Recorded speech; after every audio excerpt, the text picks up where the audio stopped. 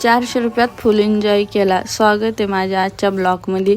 चिवला घ्यायला हिच्या आत्या आलत्या, तर त्यांना जायचं होतं वॉटर पार्कला। मग यांना मी बाय बाय केलं, मग ते गेले वॉटर पार्कला। मग चिव तर खूप घाबरत होती, इथं नाहीच म्हणत होती पाण्यामध्ये यायचं।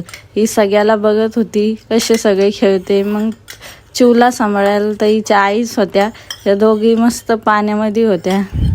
चिवची मस्ती सगळी बघून जा। माझ्या व्हिडिओला लाईक आणि फॉलो करा।